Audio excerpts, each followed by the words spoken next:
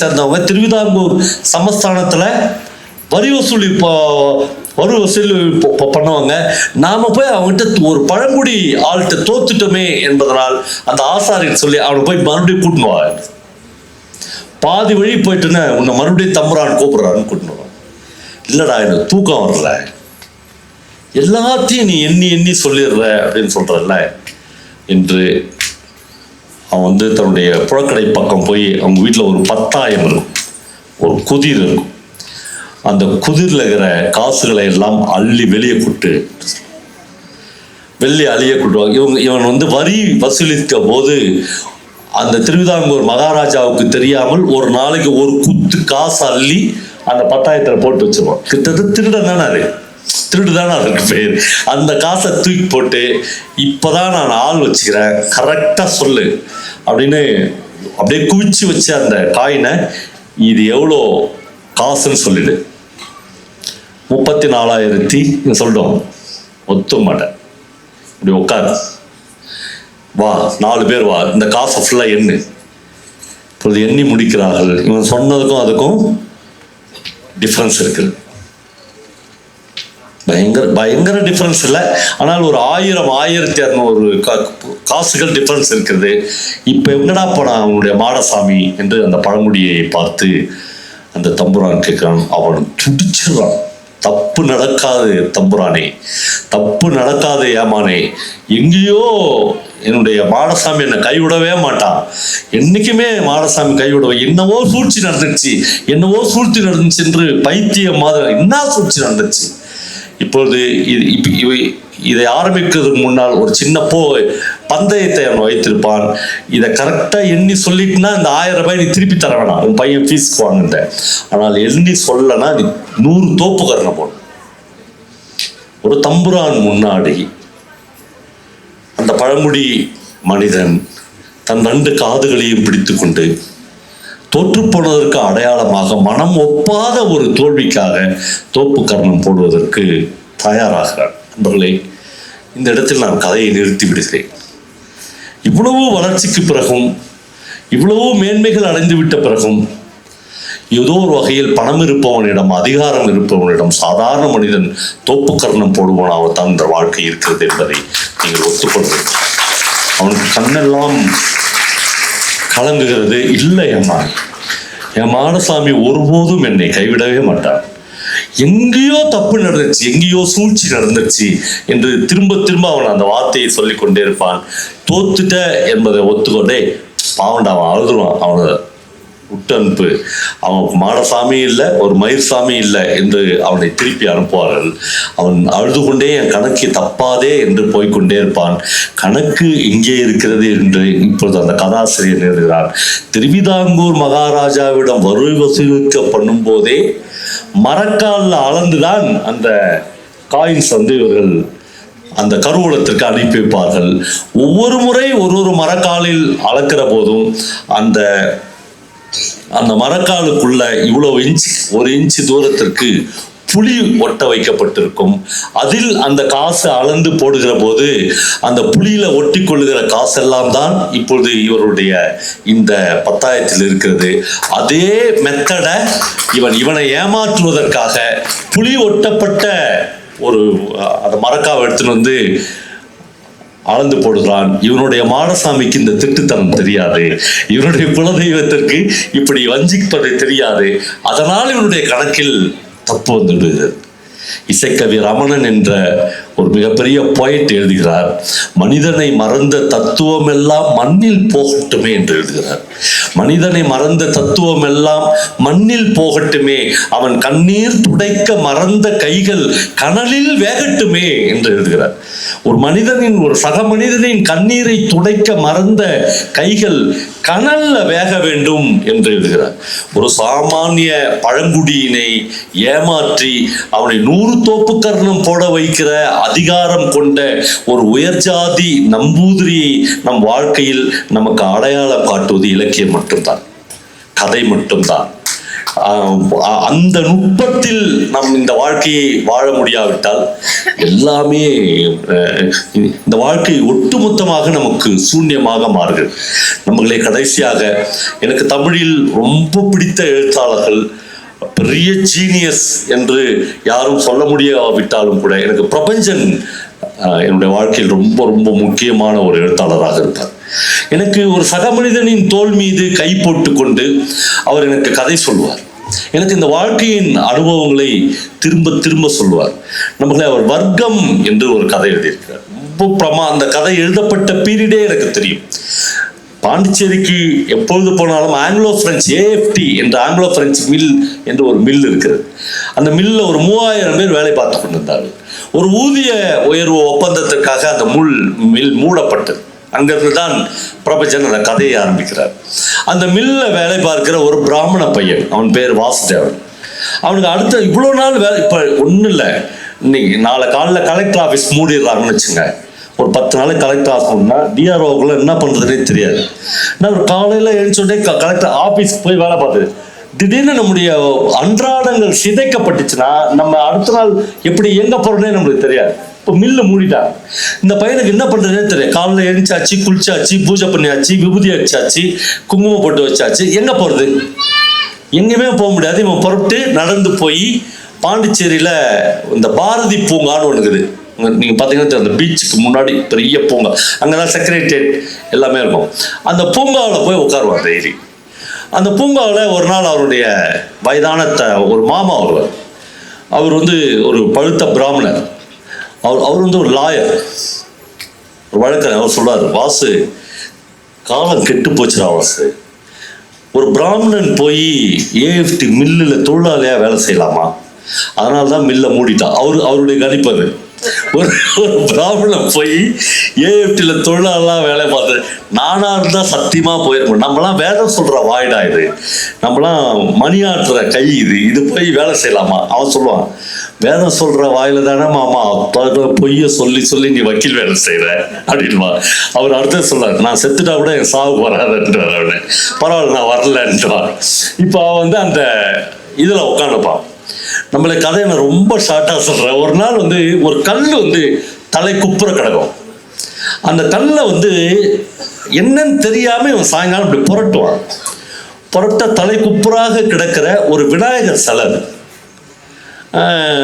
இவன் அப்படி தள்ளின உடனே ஒரு அழகான விநாயகர் சிலரும் யாரோ ஒருத்தர் இவனை பின்னாடி தட்டி குட் காட். அவர் பிரான்ஸ்லேருந்து வந்தவர், நின்று போனவர் தான். பிரான்ஸ்லேருந்து வந்தோடனே அவர் காட் ஆகிடுவார். இவனுக்கு 100 ரூபா கொடுப்பார். 100 ரூபா அந்த வேலை இல்லாத பீரியடில் ரொம்ப பெரிய காசு. ரொம்ப சிம்பிளாக அந்த கதையில் ஒரு இடம் வரும். அந்த ஒருத்தருக்கு ஒருத்தர் அந்த தொழிலாளிகள் அவ்வளவு அனுசரணையாக இருப்பார்கள் அந்த பீரியட்ல. அப்படி இருக்கணும். அப்படி இல்லைன்னா மனித வாழ்க்கையே வேஸ்ட். இப்போ நான் அடிக்கடி சொல்லுவேன், நான் சாரோன் அப்படின்னு ஒரு ஏரியாவில் இருக்கும்போது, இந்த பாலானந்தம் மாதிரி எங்கள் வீட்டுக்கு வந்துக்கிறார். எங்கள் வீட்டு இருக்கிற ஏரியாவில் ஒரு 200 டீச்சர்ஸ் இருக்கிறாங்க, ஒரு 100 பேர் நர்ஸுங்க இருப்பாங்க. எல்லாமே மிடில் கிளாஸ் ஏரியா. கோவிட் வந்துச்சு இல்லை, ஒரு 6 மாதம் 1 வருஷம் நம்மளாம் வீட்டுக்கு வெளியே வராதுனால எனக்கெல்லாம் அந்த ஃபீலிங்கே இல்லை. 40 வருஷமா நான்லாம் கோவிட்லேயே தான் இருந்தேன். 40 வருஷமா எங்கள் தெருவில் எவனும் வீட்டு திறந்தது கிடையாது, எவனும் வெளியே வந்தது கிடையாது. ஒருத்தன் செத்தானா போய்ச்சானான்னு கேட்டது கிடையாது. அப்படி வாழ்க்கை. அது வேற நம்ம ஆளுங்க பெருமையாக சொல்லுவாங்க, சார் எங்கள் வீட்டுக்காரெலாம் என்ன டைப்புன்னு நினைக்கிறீங்கன்னு. என்ன டைப்மா? யார் பேச்சுக்கும் போக மாட்டார் சார், அவர் உண்டு அவர் வேலை உண்டுன்னு இருப்பார். அவன் செத்தானா போய்ச்சானா, ஒருத்தங்கிட்ட சண்டை போடுறது சாடி போடுறது எதுவும் அவன் டெட் பாடின்னு அர்த்தம். சுடுகாட்டில் இருக்கிறவனை தெருவில் நம்ம குடும்பம் வச்சுட்டு சுடுகாட்டில் இருக்க வேண்டியவன் டெட் பாடி. அவன் அவ்வளோ அப்படியே யார் பேச்சுக்கு ஒரு போக. நான்லாம் சொல்லுவேன், நம்முடைய ஸ்டூடெண்ட்ஸ் இவ்வளோ பேர் இருக்கிறீங்களே, இது யாருமே ஒத்துக்க மாட்டீங்க. ஆனால் உண்மையிலே சத்தியமாக நான் மனப்பூர்வமாக சொல்கிறேன், நீங்களாம் வாழ்க்கையில் ஒரு தடவையாச்சும் ஒரு நாளாச்சும் ஒரு ஜெயிலுக்கு போகணும். ஒரு நாளாச்சும் நீங்கள் போலீஸ் ஸ்டேஷனில் போய் நிற்கணும். போலீஸ் ஸ்டேஷன் எப்போ எவ்வளோ பேர் கை தட்டுறாங்க பாருங்க, ஜெயிலுக்கு போகிறதுக்கு ரெடியாக. அவன் ஜெயிலுக்கு போகணும், போலீஸ் ஸ்டேஷனுக்கு போகணும், கோர்ட்டுக்கு போகணும். வக்கீல்னா நான் எப்படி விவாதம் நடக்குது, ஜட்ஜின்னா அவர் மட்டும் எப்படி நமக்கு தீர்ப்பு எல்லாத்தையும் தெரிஞ்சுக்கணும். எல்லாத்தையும் தெரிஞ்சுக்கணும். ஒரு ஸ்டூடெண்ட் இருக்கிறான்ல, அவன் வந்து ஒரு அதிகாரியா வந்தான்னு வச்சுங்க, வேற லெவல். இதெல்லாம் தெரிஞ்சுக்காத ஒரு ஆள் இருக்கிறார். இப்போ ஒன்றும் இல்லை, ஒரு தமிழ் பிஹெச்டி படித்தவர் ஒருத்தர் இருக்கிறாரு. அவர் பைக்கில் போகிறாரு, ஊட்டியில் ஒருத்தர் அவரை நிறுத்துறாரு. ஒன்றே நிறுத்து, ரெக்கார்ட்ஸ்லாம் எடு அப்படின்றார். ரெக்கார்ட்ஸ்லாம் அவர்கிட்ட தான் இருக்கும். ஆனால் அவர் எடுத்து கொடுக்கறதுக்கு பதிலாக முதல்ல என்ன கேட்பாரு, ஐயா உங்களுக்கு என்ன வேணும்னு சொல்லுங்க, நான் கொடுத்துட்றேன். ஒரு 1000 ரூபாய் கொடுத்துருவார், ஒரு 500 ரூபாய். எதுக்கு நிறுத்தினான்னு கூட கேட்கற முடியாது, கொடுத்துட்றேன். நான் என்ன கேட்குறேன், நீ பிஹெச்டி படிச்சுன்னா பிரயோஜனம். அவன் 8வது தான் படிச்சுக்கிறான். 8வது பாஸ் பண்ண ஒரு கான்ஸ்டபிள்கிட்ட ஏன் நீ 1000 ரூபாய் கொடுக்குற? ஏன் 1000 ரூபாய் கொடுக்குறேன்னா, நீ அந்த 8வது படித்த கான்ஸ்டபிள் இருக்கிறார்ல, அவர் வெயிலில் காஞ்சி மழையில் நனைஞ்சி வருமன்னான்னு தெரிஞ்சு சோறு இல்லாமல் சத்துணவு சோறு சாப்பிட்டு 8வது ஃபெயில் ஆகி கான்ஸ்டபிளாக வந்துக்கிறார். இந்த பிஹெச்டி படித்தவங்க இவர் பார்ன் வித் சில்வர் ஸ்பூன். அப்படியே நம்ம வெளியே நிலாவை கூட காமிக்க மாட்டாங்க அவங்க அம்மா. அப்படியே சோறு ஊற்றி ஊற்றி ஊற்றி வளர்த்து அப்படியே ஒரு வெஜிடபிள் மாதிரி ஆக்கி அவனை பெரிய அதிகாரியாக மாற்றுருவாங்க. போட மக்களுடைய மூச்சு காற்று மேலே படலன்னா நீ என்ன பெரிய அதிகாரி? ஒரு சாதாரண மனிதனுடைய மூச்சு காற்று வந்து உன்னுடைய ட்ரெஸ்ல படணும், உன்னுடைய உடம்புல படணும். அப்பதான் அவனுக்கு என்ன துயரம் என்று தெரிந்து கொள்ள முடியும். அப்படி படுகிற ஒரு அதிகாரியால், ஒரு அதிகாரத்தில் இருப்பவனால் ஒரு பழங்குடியை வஞ்சிக்கவே முடியாது. ஒரு குரலற்றவனை நீங்கள் துரோகம் பண்ணவே முடியாது. நீங்கள் சக மனிதன் என்று அவன் தோல் மீது உங்களால் கை போட்டு கொண்டு போக வேண்டிய விஷயத்தை திரும்ப திரும்ப உங்களுக்கு இலக்கியம் தான் கற்றுக் கொடுக்கிறது. வாசுதேவன் இப்பொழுது சிலையை திருப்பி போட்டா அது வந்து விநாயகர் சிலை 100 ரூபாய் ஒருத்தர் எடுத்து கொடுத்து சொல்றாரு, எதுக்கு சார் 100 ரூபாய்? இந்த சிலையை நல்லா கழுவி இங்க வச்சு நாளைக்கு ஒரு நெய்வேத்தியம் பண்ணேன் என்று சொல்றாரு. கதை அப்படி ஆரம்பிக்குது. வீட்டுக்கு வந்து அவன் மனைவி சொல்கிறாள், 5 கிலோ கோதுமையும் 5 கிலோ ரேஷன் அரிசியும் வாங்கிட்டு வந்து புருஷோத்தமா கொடுத்துட்டு போனாரு. இவன் கூட வேலை செய்யற எம்ப்ளாயி. அவனுக்கு கிடைத்த 5 கிலோ கோதுமையும் 10 கிலோ கோதுமையில் 5 கிலோ கோதுமையும் 5 கிலோ ரவா எல்லாத்தையும் இருந்து இவனுக்கு ரேஷன் அரிசி அன்னிக்கிட்ட கொடுத்துட்டு போகிறான். வறுமையை பகிர்ந்து கொள்கிறார்கள், செழுமையையும் பகிர்ந்து கொள்கிறார்கள். அதுதான் தொழிலாளி வர்க்கத்தினுடைய மிகப்பெரிய அடையாளம். இவன் சொல்றான், 100 ரூபாய் ஒருத்தர் கொடுத்தாரு. ஏன் கொடுத்தாரு? இல்லை, நெய் பொங்கல் வச்சு நாளைக்கு பிள்ளையாருக்கு. சூப்பர். அவன் சொல்றா, தாராளமாக போ, கொஞ்சம் நெய் வாங்கிக்கோ, எல்லாம் வாங்கிக்கோ. 20-30 ரூபாயில பூஜைக்கான சாமான் முடிஞ்சிடும், மீதெல்லாம் வீட்டுக்கு மளிகை வாங்கிடுவான்னு சொல்றான்.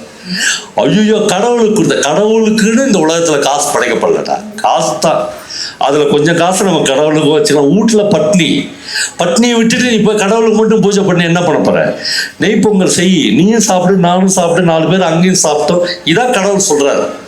இவனுக்கு ரொம்ப சந்தோஷமாகி விட்டது. இப்பொழுது பிள்ளையார் சிலையை நிறுத்தி விட்டான். கதை ரொம்ப பிரமாதமான கதை நண்பர்களே. இவன் வீட்டுல இருந்து ஒரு சொம்பளை எடுத்துன்னு போய் பிள்ளையாரை கழுவி அதற்கு நெய்வேத்தியம் பண்ணுகிறான். நெய்வேத்தியம் பண்ணி ஒரு தட்டில் ஒரு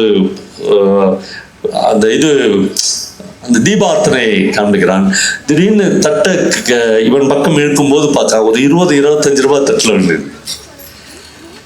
இவனுக்கு ஆச்சரியமாக இருக்குது. வீட்டில் காஃபி போட கூட பால் இல்லை, காப்பி தூள் இல்லை. 20 ரூபாய் டெய்லி 25 ரூபாய் போச்சுன்னா பெரிய விஷயமா ஆயிடுமே. அடுத்த நாள் காலையில எழுந்துச்சு ஒரு நல்ல புது வேலை கிடைத்திருக்கிறது. இவன் டெய்லி வந்து விநாயகரை பார்த்துக் கொள்கிறான். நண்பர்களே, இப்பொழுது நீங்கள் நம்ப வேண்டும், இந்த இன்சிடென்ட்டினுடைய ஒரு 20-25வது நாளில் ஒரு சைரன் வச்ச கார் அங்க நிற்கிறது.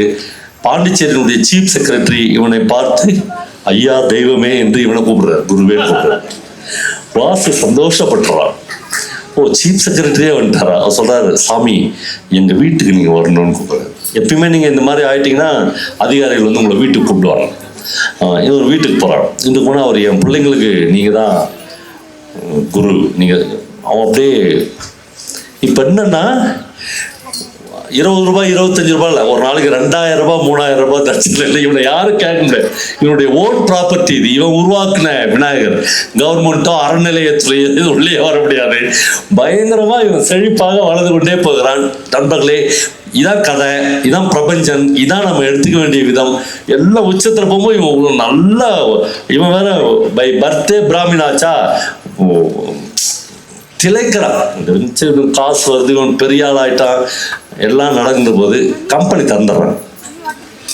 தொழிற்சாலை திறக்கப்பட்டது. பேப்பர்லாம் நியூஸ் வந்துச்சு, ஆங்கிலோ பிரெஞ்சு மில் நாளைக்கு திறக்கப்படுகிறது.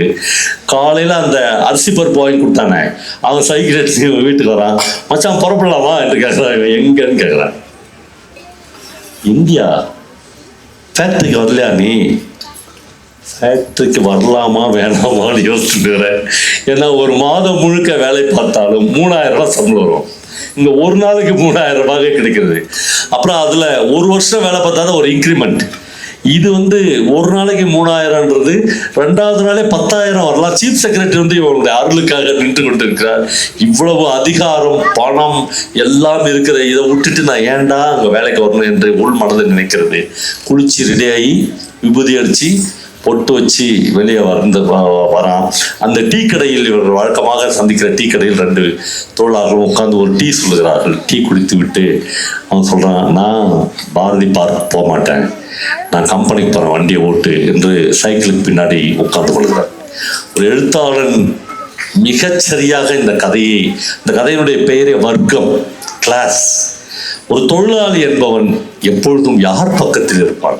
வாழ்க்கையின் மிக துயரமான ஒரு நாளில் கோதுமையும் ரேஷன் அரிசியும் வாங்கி கொண்டு அவனுடைய பசியை தீர்த்த அந்த தொழிலாளியினுடைய வர்க்கங்கள் என்றைக்கும் இப்படி ஏதோ உழைப்பில்லாமல் வருகிற 3000 ரூபாய்க்காக போய் மண்டியிடாது.